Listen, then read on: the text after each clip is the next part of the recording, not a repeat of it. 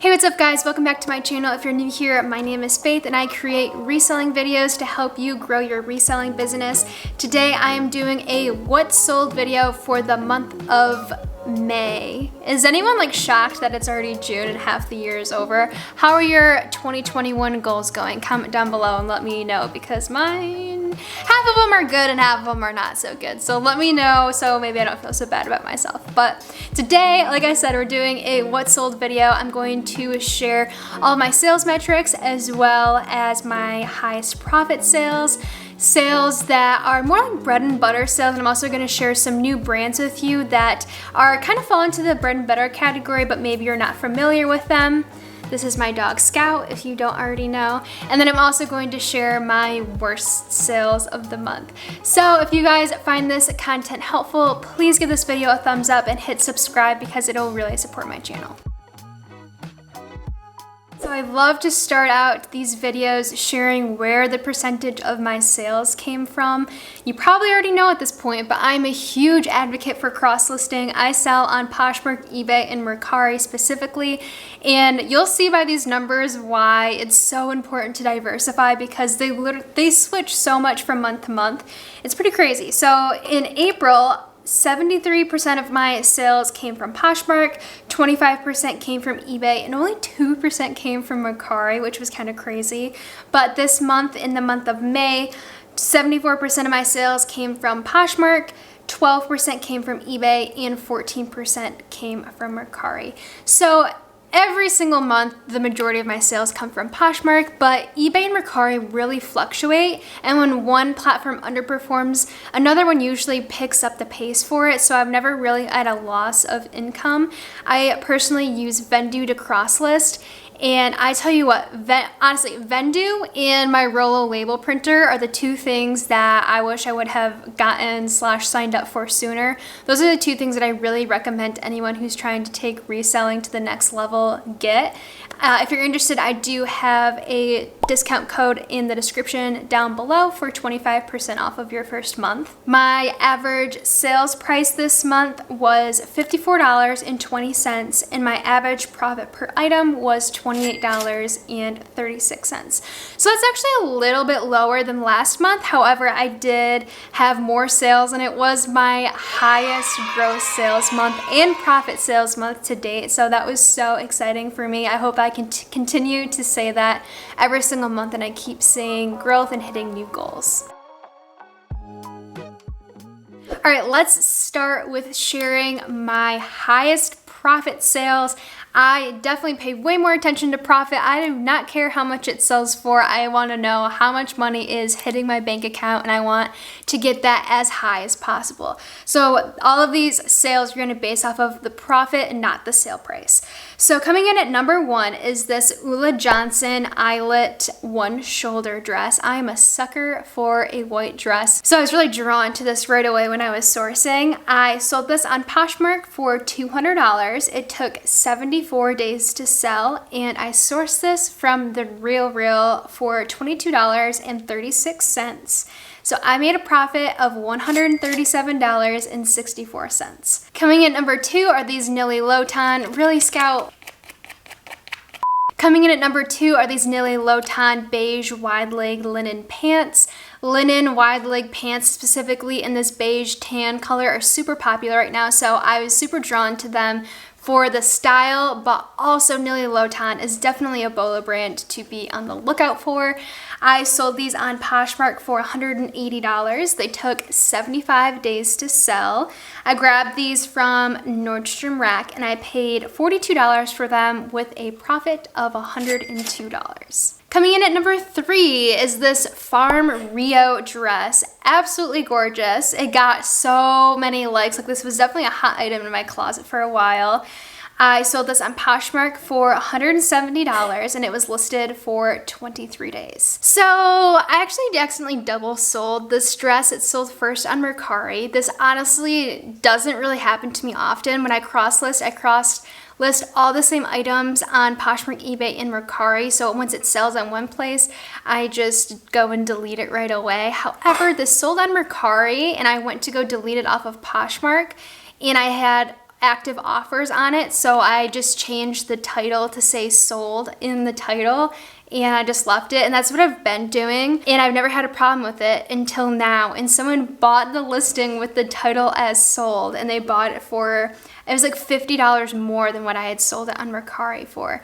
And I actually did learn a trick from my friend Lindsay Nicole. She said if that ever happens to you, you go into the listing and you change the size of the listing on Poshmark, and that will remove that function where you can't delete an item because there's active offers because you changed the size. So once you change the size, you can delete the listing. So definitely keep that as a reminder in the future if you've ever run into that problem. But I had an ethical dilemma. Did I go with the Mercari sale that was less, but she technically had bought it first, or do I go with the Poshmark sale that was like $50 higher and make more money? I went with the Poshmark sale. I don't know, comment down below, am I a bad person for doing that, and what would you have done in my situation? She did actually reach out to me and was very disappointed, and I did feel extremely guilty, but what is done, and I made the sale. Yeah, anyways, so I sourced this from TJ Maxx. I picked it up for $50. This actually wasn't a clearance item at all. I just saw that Farm Rio was sold at TJ Maxx, and I was so shocked by that. And so I saw this price at $50. I checked comps. This was actually an exclusive print to Shopbop, actually. So I knew that this was going to be a good flip regardless of if it was on clearance or not. I thought $50 was a good enough price, and I ended up making a profit of $86. Next up is this Reformation midi dress. This sold on eBay for $100, and it only took 1 day to sell. So I am actually experimenting with modeling my clothes, like the listings. I'm not modeling like shoes for the feet creepers. I'm not modeling pants. I'm not modeling anything that's obvious like swimsuits, bras, whatever. I'm just doing dresses and tops.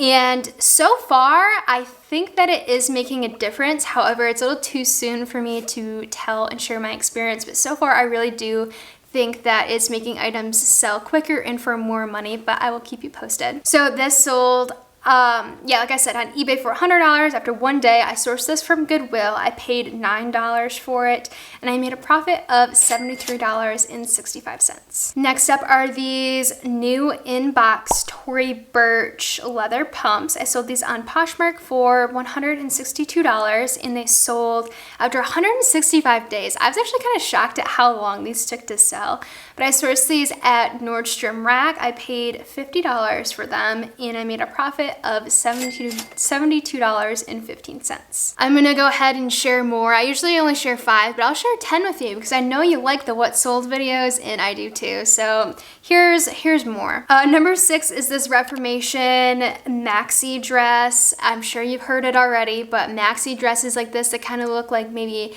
bridesmaids dresses or wedding guest dresses, anything that's kind of like a gown or formal looking dress is so popular right now because all the weddings that were canceled for COVID are now happening. I sold this on Poshmark for $120. It sold after 24 days.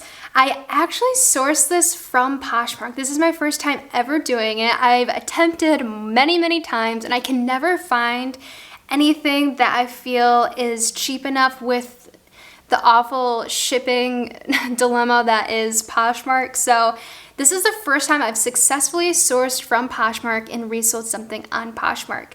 I ended up buying this for $25.47 with shipping included. I can't remember if I paid the full shipping or discounted shipping, but regardless, I made a profit of $70.53. So I'm very proud of myself for this one, and hopefully I can get better at it and do it more in the future. Okay, number 7, these Steve Madden white leather boots. Now you might be thinking to yourself, Steve Madden, she sold these for $110? Yes I did. And the reason why is because I knew that leather boots like this are so trendy right now. It doesn't matter if they're like the knee length like these are or just ankle booties, but leather booties or boots in general are super hot right now. I think it's because like the 70s vibe is coming back, and they're kind of give you like the go-go boot, you know, the white boots from the 70s. So these sold after 91 days, and I sourced these from Nordstrom Rack. I paid $22.38 for them, and I made a profit of $65.62. So I'm so proud that I stuck to my intuition and I priced these as high as I did, because I did get skeptical after I relisted them. I mean, these were listed for 91 days, so I was a little bit skeptical if I was, a little too overconfident about how much I think I could have got for them, but they did sell for 110, so super happy with that. Next up is this new Tags Exrina silk jumpsuit. This is a great example of the modeling, the clothing like I was talking about. This was listed for, I'm gonna say like 90 days with just kind of a crappy, honestly, the listing was kind of crap, I will admit it. I couldn't find a stock photo, so I just took a picture of it on the wall, and the lighting was kind of bad and you really couldn't tell what it was. And then I decided to model the jumpsuit, and it ended up selling like a couple of days after I relisted it with the new photo, and it sold for $100 on eBay. I sourced this from Goodwill for $15, and I made a profit of $64.01. So very happy with that. Exrina is definitely a BOLO brand. I've talked about it before in my channel, but definitely be on the lookout for Exrina, if that's how you say it. Coming in at number 9 is the great gingham print maxi dress. This sold on Mercari for $132. It sold after 20 days. I sourced this from Buffalo Exchange. I paid $44 for it, so I made a profit of $61.82. All right, and the last one I'm gonna share, number 10, are these Mother high-waisted jeans. These sold on Mercari for $80. They were listed for 21 days, and I grabbed these at Goodwill for $8. Can you believe I found Mother jeans for $8? That's amazing. And I made a profit of $55.96. For this next section, I'm going to share some of my more bread and butter sales that maybe you haven't heard of. I don't want to share just the generic bread and butter brands that most people are familiar with, because I still want you to have a takeaway, maybe learn some new brands from this. But I think it is really important to not only focus on the higher selling BOLO brand sales, because let's be honest, a lot of times you're not going to be able to find those items in a thrift store, and sure, you can go out of your way and try to source them online, but you still might not be able to find those brands. So I want to make sure that I also have brands that are more common, because you really do need more of those fast gear sales to happen while you're waiting for these big, huge sales to happen. As you can see, a lot of my bigger, higher profit sales take around anywhere from 30 days to like 100 days to sell. But I mean, when they sell, it's so worth it. But I definitely don't want to give off the impression that all of my sales are these crazy mega sales.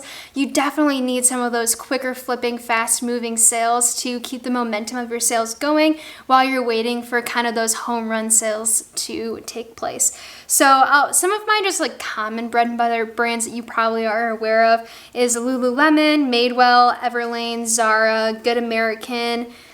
It used to be Free People. I've really kind of scaled back on Free People just because I haven't really found a lot of items that aren't oversaturated, but Free People I do still sell a lot of.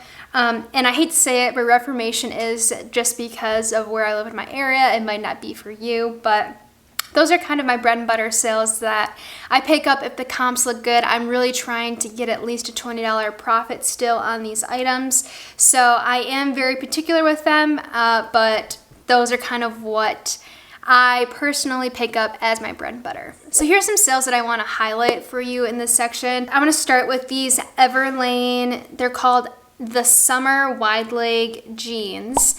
And I think they're called like the super soft jeans actually. And I sold 2 pairs of these this month, and they both sold within 7 days. The first pair sold in 4 days and the second one sold in 7 days.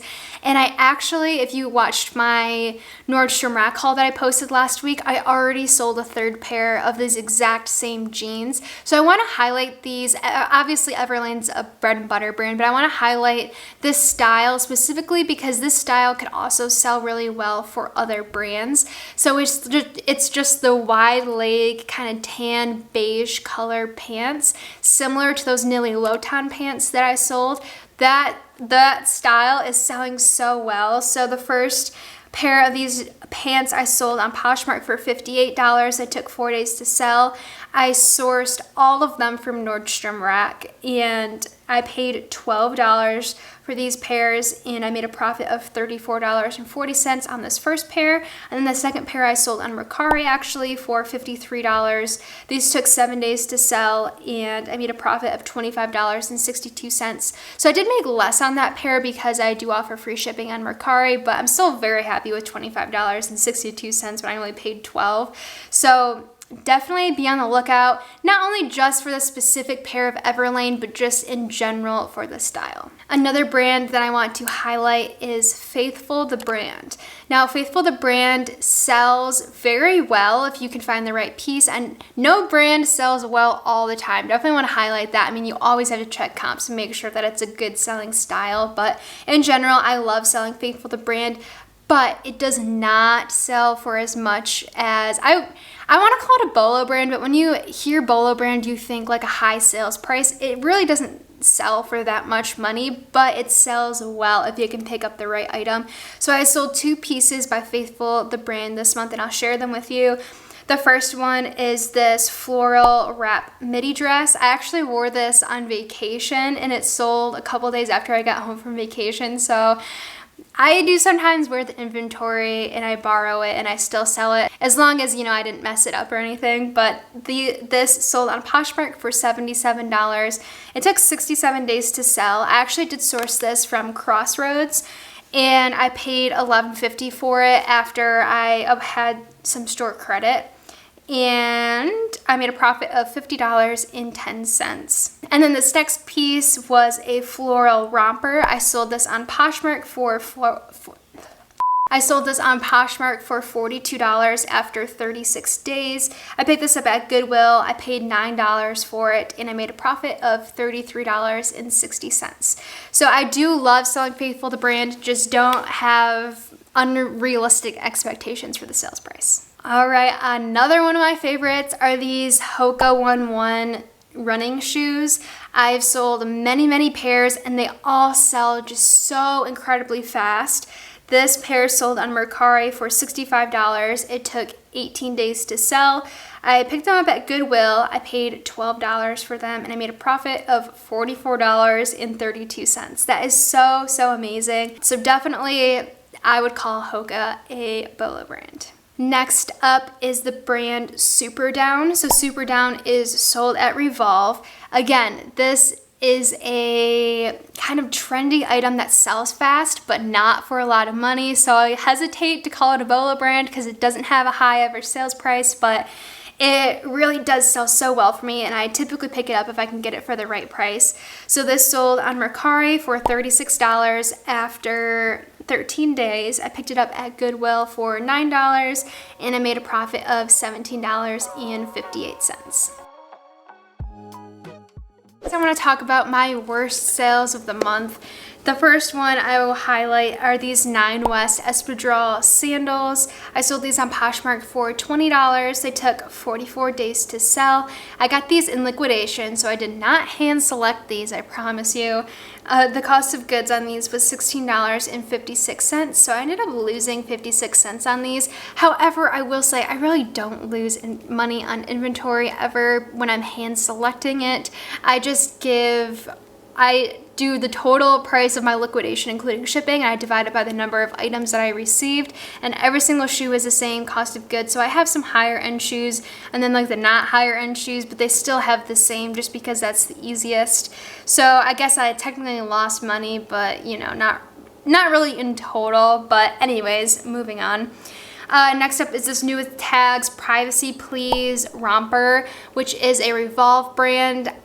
This is like my very first experience sourcing online, and clearly I didn't know what I was doing. The number one problem with this is that it was an extra small. I don't know what I was doing. Again, this was like OG reseller Faith who didn't know what she was doing. but I sold this on Poshmark for $35. It took 206 days to sell. I sourced this on the actual Revolve website in the clearance section.